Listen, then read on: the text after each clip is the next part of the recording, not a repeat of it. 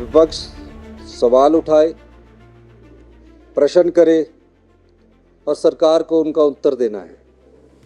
पर विपक्ष सदन का वॉकआउट करके चला जाए, वो अच्छी परंपरा नहीं है। अच्छा है कि आज वो आए, और मैंने तो पहले उठकर कह दिया कि विपक्ष जो भी मुद्दे उठाना चाहता है उनको उठाने का पूरा मौका दिए।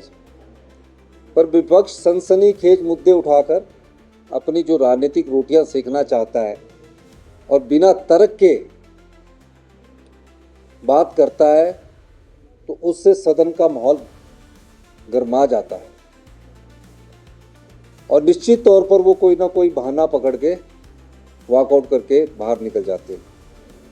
आज प्रतिपक्ष के नेता ने अपनी बात रखी, हमने कहा आप खुल के रखिए, और उन्होंने अपनी बात को रखा, और उसके बाद अभी सदन की कार्रवाई चली।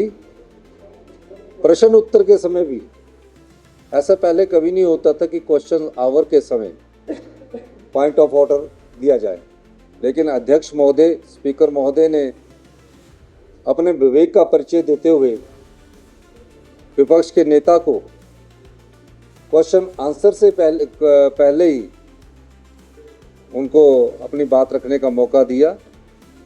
माहौल बना और सदन चला। ये अच्छी बात है कि वो जनता से जुड़े हुए मुद्दों को उठाएं। हर एक मुद्दे पर सरकार उनका जवाब देने के लिए तैयार है। मैं दावे के साथ कह सकता हूं कि विपक्ष को चर्चा से भागना नहीं चाहिए, अपने मुद्दे उठाने चाहिए। ऐसा नहीं है कि किसी की सैलरी को रोका जा रहा है। सरकारी कर्मचारी और अधिकारी हमारे भाई है।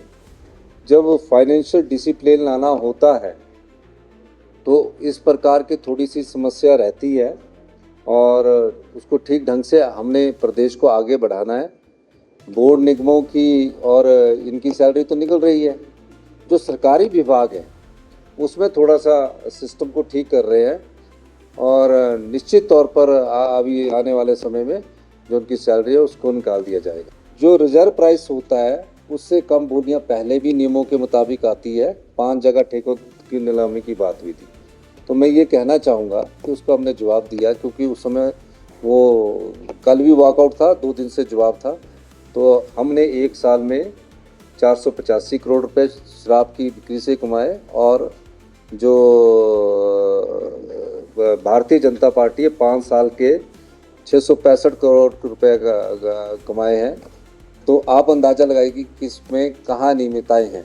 अगर किसी फिस्कल डिसिप्लिन करना, आर्थिक संकट से हम उबर रहे हैं, आर्थिक संकट को हम पार कर चुके हैं। अब डिसिप्लिन लाकर हिमाचल प्रदेश को सेल्फ रिलायंट बनाने की तरफ, आत्मनिर्भर हिमाचल बनाने की तरफ ये चेंजिंग जरूरी है, और इसमें फैसले किए जाएंगे।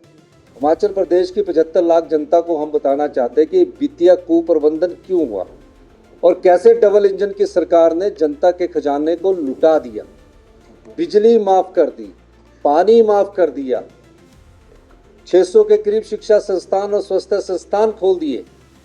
इन सब चीज़ों को अगर वो चर्चा लाएंगे, नहीं लाएंगे तो हमारे द्वारा चर्चा लाई जाएगी, और हम जनता को बताना चाहते हैं, हम जनता को जागरूक करना चाहते हैं कि जब कोई नीतिगत फैसले नहीं होते तो प्रदेश की अर्थव्यवस्था का उसका क्या प्रभाव पड़ता है। जो इनकम टैक्स देता हो, जो 1 करोड़ रुपया इनकम टैक्स देता हो, उसको मुफ्त की बिजली नहीं चाहिए, मुफ्त का पानी नहीं चाहिए। इन्होंने बिना सोचे समझे बिजली पानी मुफ्त का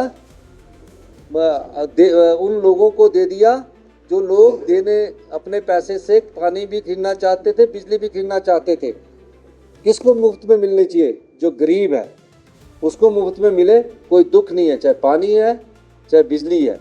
तो इन सब चीज़ों के मद्देनज़र जयराम जी ने जो 5 साल इस प्रदेश के खजाने को लुटाया है, उस दृष्टिकोण से उन्हें चर्चा लानी चाहिए। हमारी सरकार किसी भी नियम के तहत उन चर्चा को तैयार करने के लिए तैयार है। देखिए, रिसोर्स मोबिलाइजेशन को मजबूत करने के लिए और उठाने के लिए, राजस्व में वृद्धि करने के लिए हमने प्रमुख कदम उठाए हैं। उसमें सबसे बड़ा कदम जो है वो जो बिजली है, जो लोग बिजली का बिल देना चाहते हैं, कई लोग मुझसे संपर्क कर रहे हैं, तकरीबन काफ़ी लोगों ने मुझसे संपर्क किया कि हम बिजली का बिल देना चाहते हैं, और हमारे से बिजली का बिल लिया जाए, उनको हम अपने दृष्टिकोण से चरणबद्ध तरीके से बिजली के बिल में एकरूपता लाकर उसको कम करेंगे। पानी में मिनिमम हमने 100 रुपया पानी के बिल का कर दिया, लेकिन उन परिवारों के लिए नहीं जिनकी परिवारों की 50,000 रुपये से इनकम कम है, उनसे 100 रुपया भी नहीं लिया जाएगा। बसेस में जो हमारा थोड़ा बहुत रिफॉर्म्स किए जा सकते हैं उसमें बढ़ रहे हैं। और तीसरा, हम अपनी अर्थव्यवस्था में शराब के ठेकों की नीलामी से जो हमें रेवेन्यू आ रहा है, इस साल 150 करोड़ का अधिक राजस्व आ रहा है, ये इन्वेस्टमेंट ड्रेन होती रही है। तो और भी कई जैसे डीजल के में हम और बढ़ा रहे हैं, इन सब चीज़ों को बढ़ाकर हम आगे बढ़ रहे हैं। मेरा ये मानना है कि सरकारी कर्मचारी अधिकारियों के सहयोग से हम प्रदेश की अर्थव्यवस्था को आगे बढ़ा रहे हैं। बहुत बहुत धन्यवाद।